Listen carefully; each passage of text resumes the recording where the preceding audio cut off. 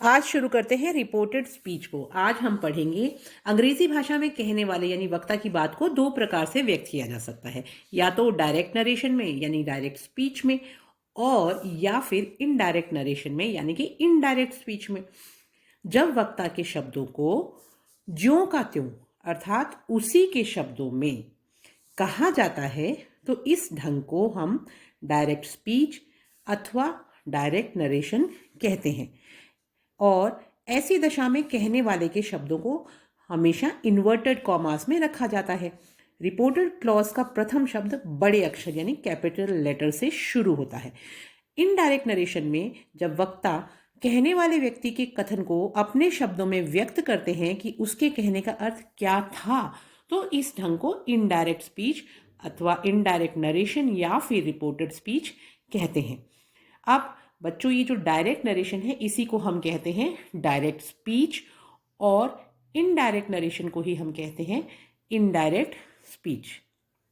इसको समझने के लिए आपको कुछ मैं एग्जाम्पल बताती हूँ जिससे आप समझ जाएंगे देखते ही कि कौन सा डायरेक्ट नरेशन है, कौन सा इनडायरेक्ट नरेशन है। तो चलिए स्टार्ट करते हैं example. She said Sunita is writing a story. अब देखिए, शी सेड के बाद कॉमा है और इन्वर्टेड कॉमास में लिखा है Sunita is writing a story, तो ये डायरेक्ट नरेशन यानी डायरेक्ट स्पीच है।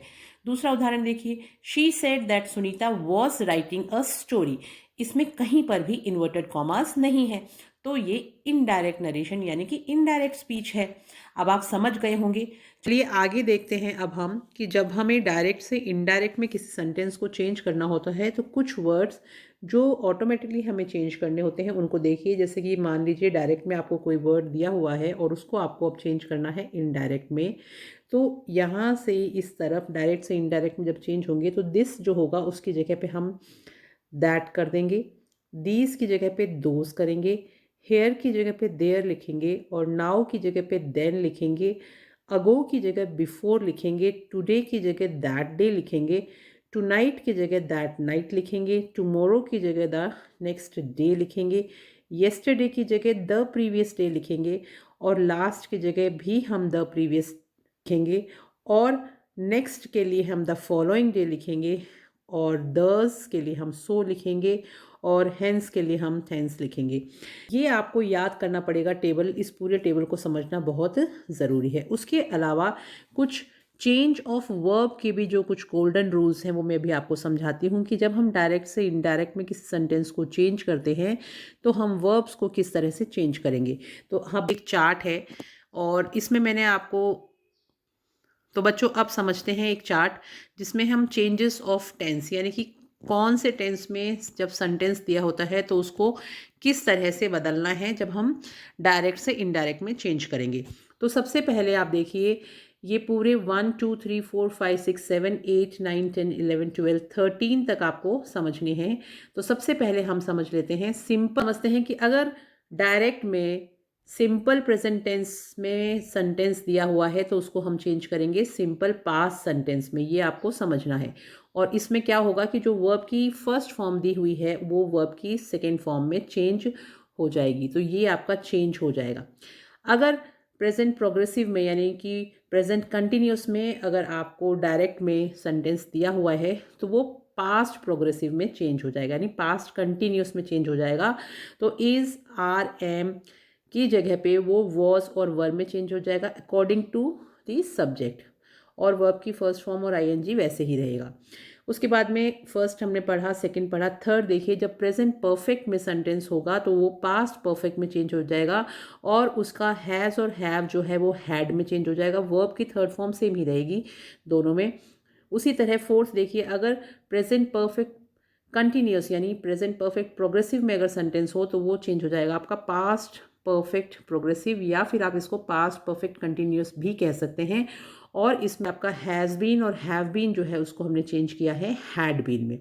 उसके बाद में सिंपल पास्ट में जो सेंटेंस होता है वो पास्ट परफेक्ट में चेंज हो जाएगा, जैसे कि वर्ब की सेकेंड फॉर्म या डिड प्लस वर्ब की फर्स्ट फॉर्म जो है वो चेंज हो जाएगी आपकी हैड प्लस वर्ब की थर्ड फॉर्म में। उसके बाद देखिए, अगर पास्ट कंटिन्यूस में यानी वॉज वर्ब प्लस वर्ब की फर्स्ट फॉर्म और आईएनजी है तो वो आपका पास्ट परफेक्ट कंटिन्यूस में यानी पास्ट परफेक्ट प्रोग्रेसिव में चेंज होगा, और उसमें वॉज और वर के साथ जो वर्ब की फर्स्ट फॉर्म और आईएनजी है वो चेंज हो जाएगा हैड बीन प्लस वर्ब की फर्स्ट फॉर्म और आईएनजी में। उसके बाद में पास्ट परफेक्ट टेंस को जब आप चेंज करेंगे तो उसमें कोई भी चेंज नहीं आएगा। जैसे हैड प्लस वर्ब की थर्ड फॉर्म जो है वो हैड प्लस वर्ब की थर्ड फॉर्म ही रहेगी। इसको आप समझ लीजिए परफेक्ट टेंस है तो किसी भी तरह का कोई भी चेंज नहीं आ रहा है, ये बिल्कुल वैसा का वैसा ही रहेगा, तो नो चेंज। उसी एक बार और मैं आपको बहुत ही सिंपल तरीके से बता देती हूँ। बहुत सिंपल ये है कि जो प्रेजेंट सिंपल सेंटेंसेस हैं उनको आपको पास्ट सिंपल में चेंज करना है। जो आपके प्रेजेंट कंटिन्यूस सेंटेंसेस हैं, जो प्रेजेंट कंटिन्यूस हैं उनको पास्ट कंटिन्यूस में करना है। प्रेजेंट परफेक्ट को पास्ट परफेक्ट में करना है, प्रेजेंट परफेक्ट कंटिन्यूस को पास्ट परफेक्ट कंटिन्यूस में करना है, और सिंपल पास्ट को पास्ट परफेक्ट में करना है, और पास्ट कंटिन्यूस को पास्ट परफेक्ट कंटिन्यूस में करना है। और पास्ट परफेक्ट टेंस और पास्ट परफेक्ट कंटिन्यूस टेंस जो है इनमें आपके कोई भी चेंज नहीं आएगा, ये वैसे के वैसे रहेंगे। तो 6 चीज़ें ही आपको याद करनी है, तो इसको आप अच्छे से समझ लीजिए। अब देखते हैं, हमने देखा कि पास्ट परफेक्ट टेंस में कोई चेंज नहीं आया, पास्ट परफेक्ट प्रोग्रेसिव में यानी पास्ट परफेक्ट कंटिन्यूस में भी कोई चेंज नहीं आया, इन दोनों में कोई भी चेंज नहीं आया था। अब विल और शेल जो है उसको जब हम चेंज करेंगे तो विल वुड में और शेल शुड में चेंज हो जाएगा।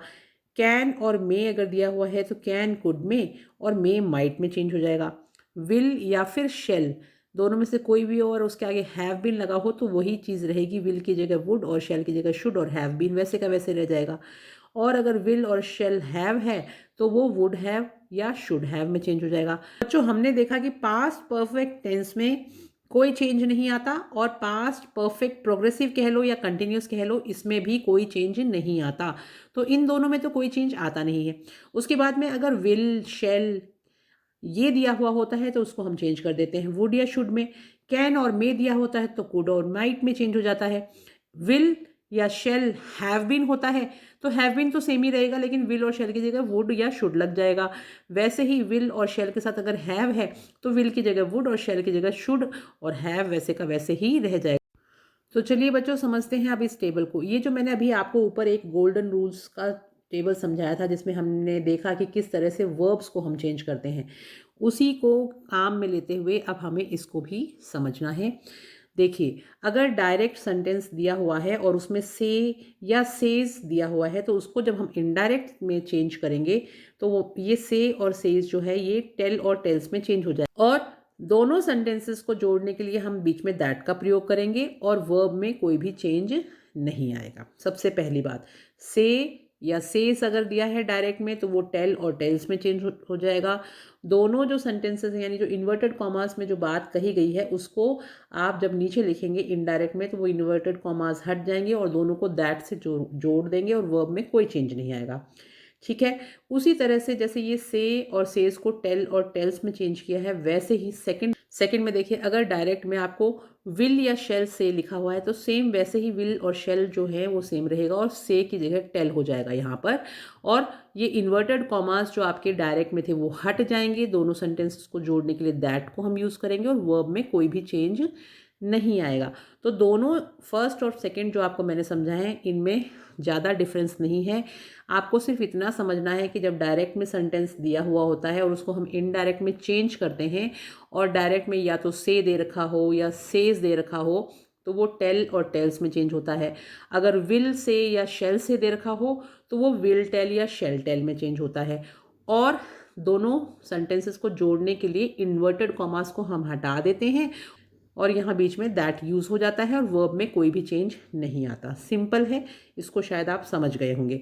अब यहाँ पर आप देखिए थर्ड नंबर में, अगर जो डायरेक्ट सेंटेंस है उसमें इन्वर्टेड कॉमास के अंदर विल और शेल का यूज़ हो रहा हो और यहाँ पर सेड दे रखा हो, ऐसी स्थिति में यहाँ पे सेड को टोल्ड में चेंज करेंगे।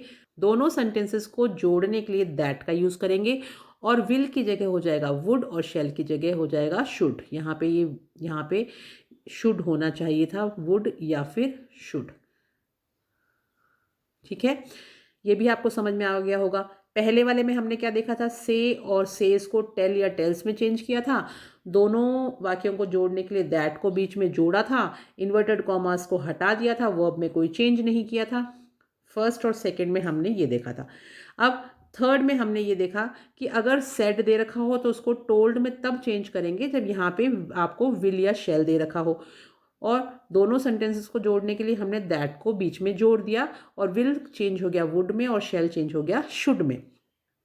अब देख लेते हैं हम लोग फोर्थ वाला, कि अगर डायरेक्ट सेंटेंस में यहाँ पर सेड दे रखा हो और प्रेजेंट टेंस का वाक्य हो इन्वर्टेड कॉमास के अंदर, तो फिर ये जो सेड है ये चेंज हो जाएगा आपका टोल्ड में, और ये जो प्रेजेंट टेंस का सेंटेंस दिया हुआ है इसको आप पास्ट टेंस में चेंज करेंगे। कैसे कैसे चेंज करेंगे, इज का वॉज हो जाएगा, आर का वर हो जाएगा, एम का वॉज हो जाएगा, हैज़ और हैव का हैड हो जाएगा, डू और डज का डिड हो जाएगा, कैन का कुड हो जाएगा, और जैसे वर्ब की जो फर्स्ट फॉर्म है वो सेकंड में चेंज हो जाएगी, जैसे कि राइट का रोट में।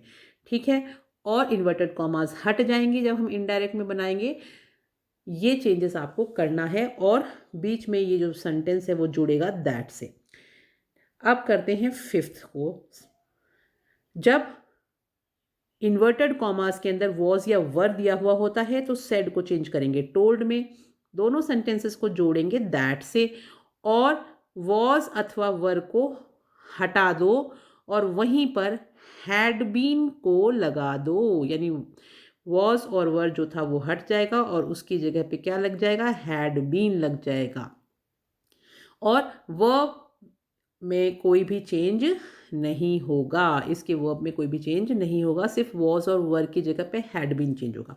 और अब देखिए लास्ट वाला, कि अगर डायरेक्ट सेंटेंस को जब हम इनडायरेक्ट में चेंज करते हैं और जो इन्वर्टेड कॉमास के अंदर अगर पास्ट टेंस दिया हुआ होता है, जैसे कि प्लेड या कुक्ड, एग्जाम्पल है ये वर्ब का, सेकेंड फॉर्म ऑलरेडी दिया हुआ है, पास्ट टेंस दिया हुआ है, तब सेड टू को चेंज करेंगे टोल्ड में, दोनों सेंटेंसेस को जोड़ने के लिए दैट का यूज़ करेंगे, तो अंदर हैड प्लस वर्ब की थर्ड फॉर्म हो जाएगी। जैसे ये प्ले था तो ये हैड प्लेड हो गया, और कुक्ड था तो ये हैड कुक्ड हो गया। इस तरह से हम इनको चेंजेस करेंगे। और एक चीज़ का और ध्यान रखिएगा कि कुछ अपवाद भी होते हैं, तो डायरेक्ट से जब हम इनडायरेक्ट में चेंज करते हैं और डायरेक्ट सेंटेंस में मस्ट दिया होता है या हैड दिया होता है, कुड वुड शुड या माइट दिया होता है, तो उनको हम इनडायरेक्ट में कुछ भी चेंज नहीं करते, वो सेम टू सेम वैसे ही लिखे जाते हैं। ज़रूरी है, जैसा कि आप देखिए, ये देखिए पर्सनल प्रोनाउन के बारे में हम पढ़ रहे हैं। सब्जेक्टिव केस में ये सारे प्रोनाउन आते हैं, I we you he she it और दे। पॉसेसिव केस में my mine our ours your yours his her hers its their और देयर्स आते हैं। ऑब्जेक्टिव केस में me us you him her it और देम आते हैं। और रिफ्लेक्सिव प्रोनाउन में myself ourself yourself himself herself itself और देम सेल्फ आते हैं। First person, second person, third person, तीनों में सिंगुलर प्लूरल आपको मैंने यहाँ पे समझाया है, आप यहाँ से देख के नोट कर लीजिएगा। चलिए चलते हैं आगे। ये बच्चों अब समझते हैं कुछ एग्जाम्पल्स को। जैसा कि आप लोग स्क्रीन के ऊपर देख पा रहे हैं, अब हम करने वाले हैं एग्जाम्पल्स। डायरेक्ट में सेंटेंस दिया हुआ है, you said to me I went to school yesterday. अब डायरेक्ट में देखिए यहाँ पर ये इन्वर्टेड कॉमास के अंदर जो सेंटेंस दिया हुआ है उसमें ये जो येस्टरडे था इसको हमने चेंज किया है द प्रीवियस डे में, उसी टेबल के अकॉर्डिंग जो भी हमने ऊपर समझा था।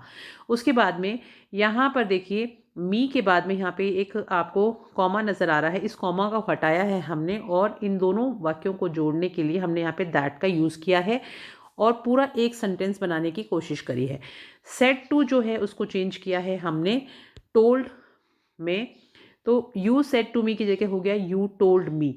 दोनों सेंटेंसेस को जोड़ने के लिए हमने दैट को लगाया।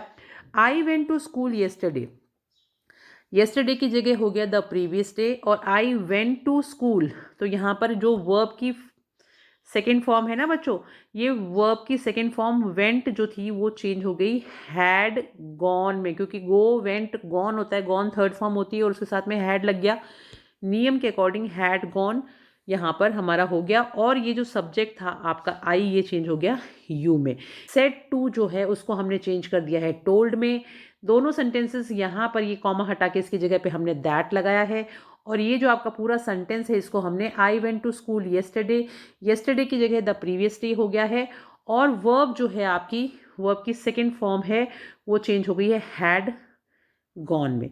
तो सेंटेंस हो गया you said to me I went to school yesterday को हमने जब चेंज किया तो ये हो गया you told me that you had gone to school the previous day.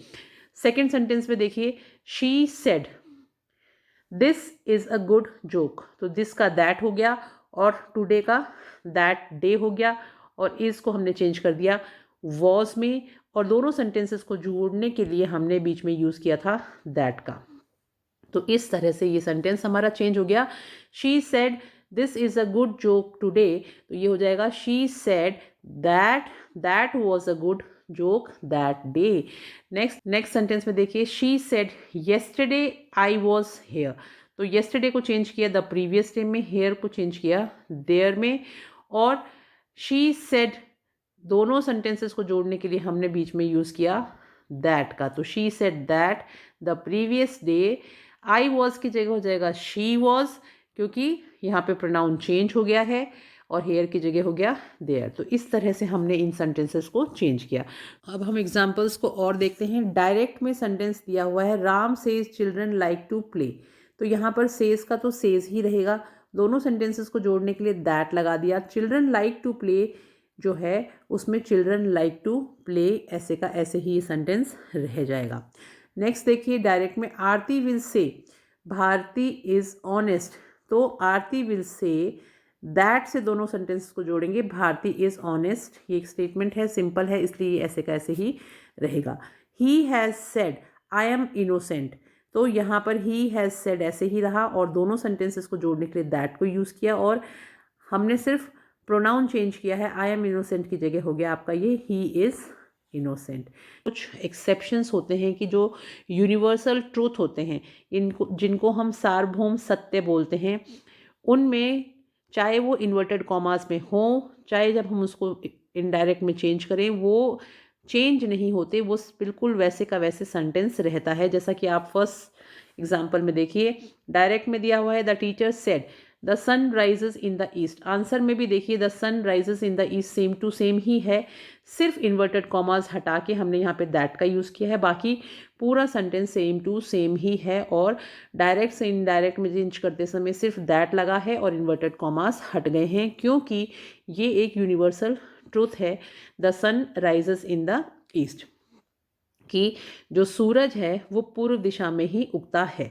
उसी तरह से कुछ और एग्जांपल्स हैं, जैसे कि birds fly in the sky, कि पक्षी जो हैं वो आसमान में ही फ्लाई करते हैं। अब ये birds fly in the sky same to same रहेगा, जब हम इसको डायरेक्ट से इनडायरेक्ट में चेंज करेंगे सिर्फ दैट से हम इस वाक्य को जोड़ेंगे। तो इस तरह से हमने डायरेक्ट से इनडायरेक्ट में चेंज किया। एक और एग्जांपल देख लेते हैं कि अगर प्रोवर्ब्स और ईडियम्स दिए हुए होते हैं वो भी चेंज नहीं होते, वो भी सेम टू सेम रह जाते हैं। जैसे फॉर्चून फेवर्स द ब्रेव, यानी कि जो भविष्य है वो जो बहादुर होते हैं उन्हीं के पक्ष में होता है। तो fortune favours the brave same to same, देखिए यहाँ पे हमने इनडायरेक्ट स्पीच में देखा, सिर्फ जोड़ने के लिए दैट का यूज़ किया है। ये बहुत सिंपल सेंटेंसेस होते हैं जब इनको हम डायरेक्ट से इनडायरेक्ट में चेंज करते हैं। अगर इस तरह के सेंटेंसेस आएँ तो आपको बिल्कुल भी चिंता करने की ज़रूरत नहीं है। आप देख लीजिए कि वो अगर सार्वभौम सत्य दिया हुआ है उस इन्वर्टेड कॉमास के अंदर, जैसे कि the sun rises in the east, birds fly in the sky, fortune favours the brave, या फिर जैसे कोई ऐसी बात जो कि फैक्ट हो, ऐतिहासिक फैक्ट हो, उस केस में भी, जैसे कि हमारे देश को कब मिली थी स्वतंत्रता 1947 में, तो इसको कोई बदल नहीं सकता।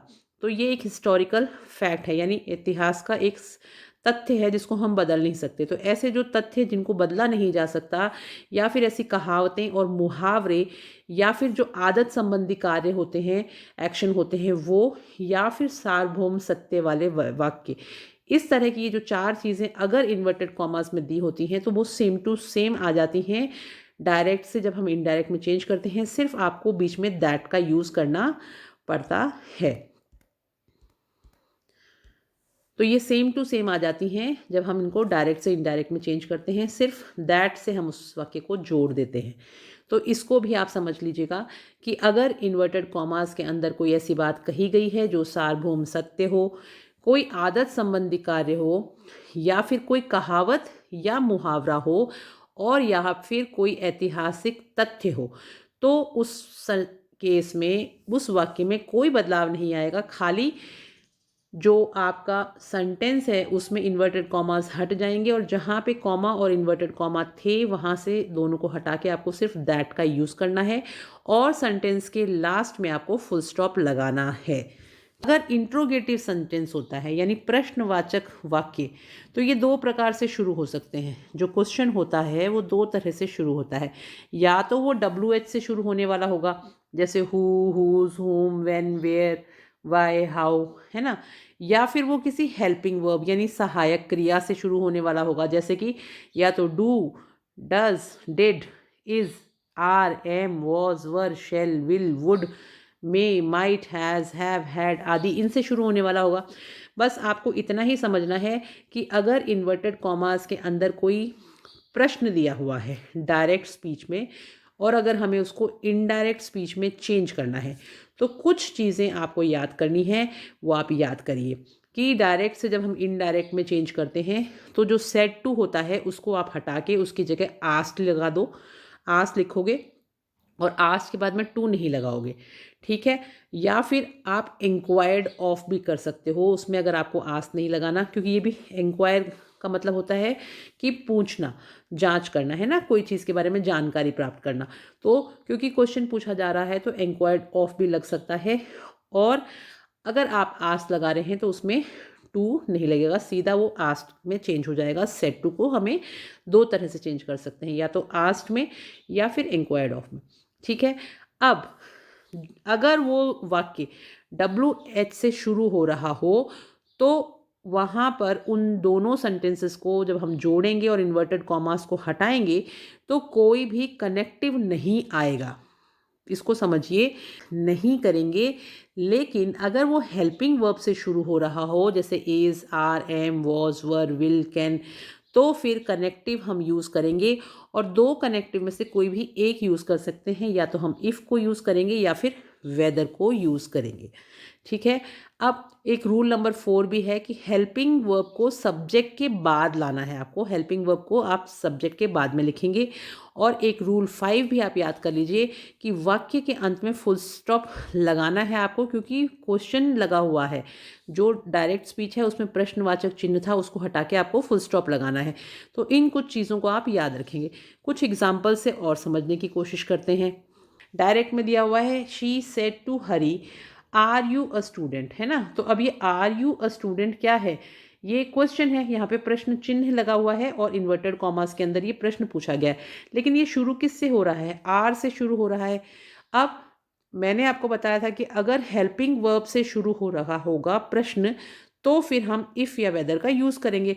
तो यहाँ पे सेड टू जो था डायरेक्ट में, उसको हमने आस्ट में चेंज किया, सबसे पहला काम ये किया। बाकी चीज़ें सेम टू सेम लिखे गए। शी सेड टू हरी को हमने चेंज कर दिया शी आस्क्ड हरी। अब हमने यहाँ पे यूज़ कर लिया इफ़ को, ठीक है।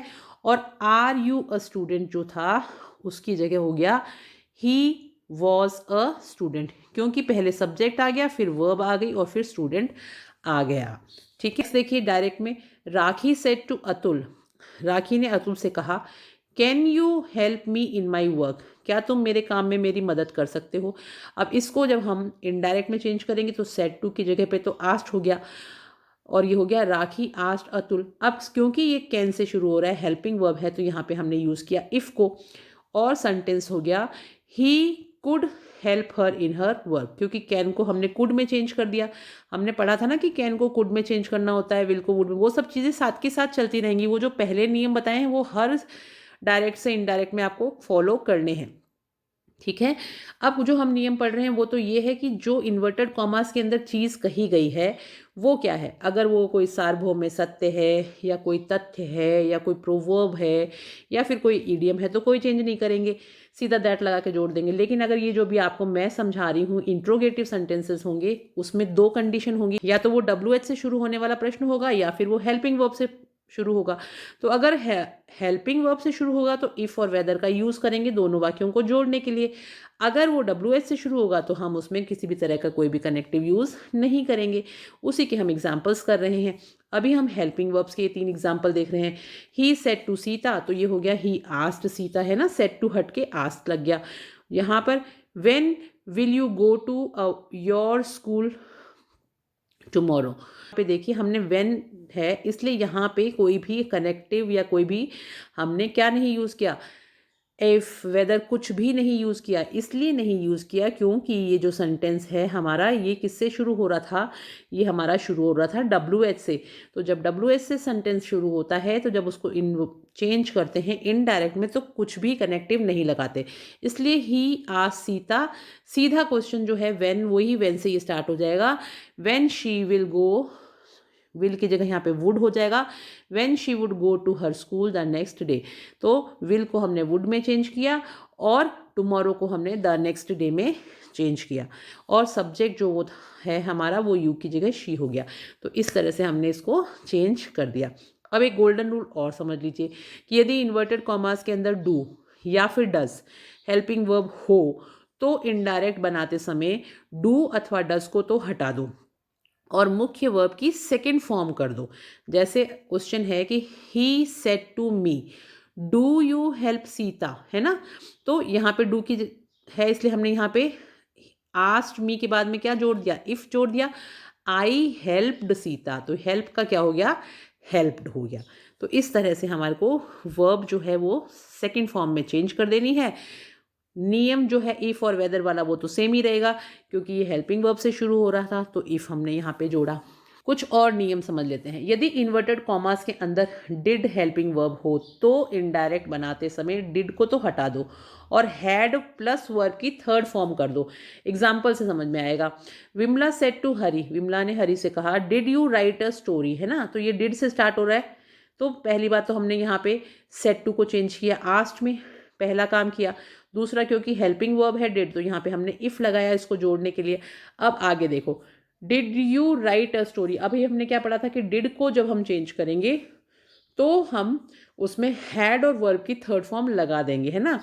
तो if he had written a story हो जाएगा जब हम डिड को हटाएंगे। यदि इन्वर्टेड कॉमास के अंदर डू नॉट या डज नॉट हो तो इनडायरेक्ट बनाते समय डिड नॉट कर दो उसको।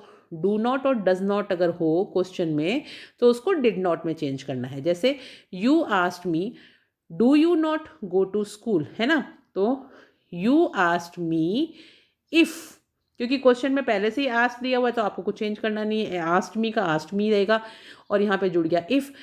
Do you not go to school की जगह हो जाएगा I did not go to school, क्योंकि हमने डू को डिड में चेंज किया क्योंकि डू यू नॉट था तो नेगेटिव था सेंटेंस, तो उसको जब हम इनडायरेक्ट में चेंज करेंगे तो डिड नॉट आ गया। ठीक है, नेक्स्ट देखिए, यदि इन्वर्टेड कॉमास में डिड नॉट हो तो इनडायरेक्ट बनाते समय हैड नॉट प्लस वर्ब की थर्ड फॉर्म लगाओ। Example, the teacher told you did you not pay my fee, the teacher told you did you not pay my fee, तो हो जाएगा the teacher asked you if you had not paid his fee. तो बहुत simple है बच्चों, अगर आप इसको अच्छे से धीरे धीरे करेंगे तो आपको सब चीज़ें समझ में आएंगी।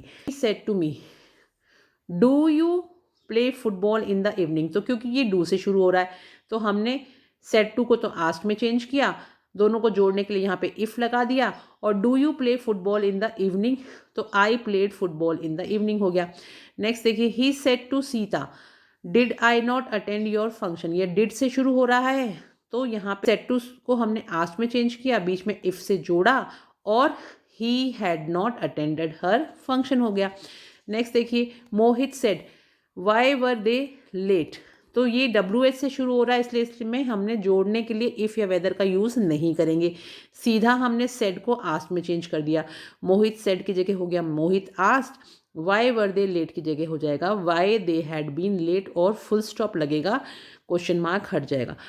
तो इस तरह से जब भी हम डायरेक्ट से इनडायरेक्ट में किसी भी क्वेश्चन वाले सेंटेंस को चेंज करेंगे तो इन्वर्टेड कॉमास के साथ साथ में क्वेश्चन मार्क भी हटेगा और आंसर में फुल स्टॉप ज़रूर लगाना है। डायरेक्ट में देखिए, Uma said to Hari, why did you not come to my house. अब क्योंकि यहाँ पे WH से शुरू हो रहा है तो इफ़ और वेदर का यूज़ नहीं हुआ। सेड टू जो है वो आस्ट में चेंज हो गया और सेंटेंस हो गया why he had not come to her house. तो आई होप बच्चों अब आपको ये काफ़ी अच्छे से समझ में आया होगा, डायरेक्ट इनडायरेक्ट कुछ। अब बच्चों एक ऑपरेटिव सेंटेंसेस को और हम समझ लेते हैं कि अगर कोई ऐसा वाक्य इन्वर्टेड कॉमास के अंदर दिया हो जिसमें या तो कोई प्रार्थना हो या फिर कोई आशीर्वाद हो या फिर कोई कामना आदि संबंधित वाक्य हो, ऐसे वाक्यों में इनडायरेक्ट में बदलते समय रिपोर्टेड वर्ब सेड के स्थान पर इच्छा, जैसे जो विश है वो, या कामना या प्रार्थना प्रकट करने वाले वर्ब जैसे कि विश्ड, प्रेड, कर्स्ड, इन सबको हम यूज़ करेंगे। जैसे तो अब देखिए ऑपरेटिव सेंटेंसेस के बारे में। ऑपरेटिव सेंटेंसेस वो होते हैं जिसमें या तो कोई प्रार्थना की जाती है, कोई आशीर्वाद दिया जा रहा होता है, कोई ब्लेसिंग्स होती हैं। तो इस तरह के जो वाक्य होते हैं वो ऑपरेटिव सेंटेंसेस होते हैं। ऐसे सेंटेंसेस को जब हम डायरेक्ट से इनडायरेक्ट में चेंज करते हैं तो सबसे पहले दोनों सेंटेंसेस को जोड़ने के लिए दैट का यूज़ करते हैं।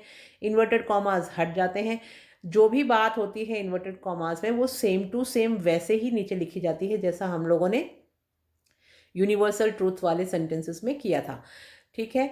और सेड टू की जगह पे वहाँ पे प्रेड हो जाता है अगर प्रार्थना वाली बात हो, तो विश्ड हो जाता है अगर इच्छा वाली बात हो, अगर किसी को कर्स कर रहे हैं तो कर्स्ड हो जाता है, ब्लेसिंग दे रहे हैं तो ब्लेसिंग्स हो जाता है। तो इस तरह से चेंज करना है। फॉर एग्जाम्पल देखिए, he said to me, may God bless you. He said to me, may God bless you. तो यहाँ पे सेड टू की जगह प्रेड या विश्ड हो सकता है, दोनों में से कोई भी एक। और दोनों को जोड़ने के लिए हमने दैट का यूज़ कर लिया। और ये मे गॉड ब्लेस यू जो सेंटेंस है ये सेम टू सेम ऐसे का ऐसे ही यहाँ पे गॉड माइट ब्लेस यू हो गया, क्योंकि मे का माइट हो गया। ये तो आपको ध्यान ही रखना है ना, वो टेबल वाली चीज़ें तो साथ के साथ चेंज करनी है। तो मे का माइट में चेंज हो गया, मे गॉड ब्लेस यू की जगह हो गया गॉड माइट ब्लेस, और यू की जगह मी हो गया, क्योंकि प्रोनाउन तो हमें बदलने हैं। हमारे को जो हेल्पिंग वर्ब्स हैं उनको भी चेंज करना है, हमें टेंस का भी ध्यान रखना है। वो सब जो पहले नियम बताए हैं उनको ध्यान में रखते हुए हर चीज़ को करना है। अब डायरेक्ट में सेंटेंस दिया है, I said to her may you live long, है ना। तो ये हो गया I wish that she might live long. हो बच्चों कि अब आपको डायरेक्ट इनडायरेक्ट समझ में आ गया होगा। आप खुद जब इसको समझने की कोशिश करेंगे विथ एग्जाम्पल्स, जितना ज़्यादा करेंगे उतने ज़्यादा पॉइंट्स आपके दिमाग में क्लियर होते चले जाएंगे। मिलेंगे नेक्स्ट क्लास में, तब तक आप पढ़ते रहिए। Thank you, have a nice day.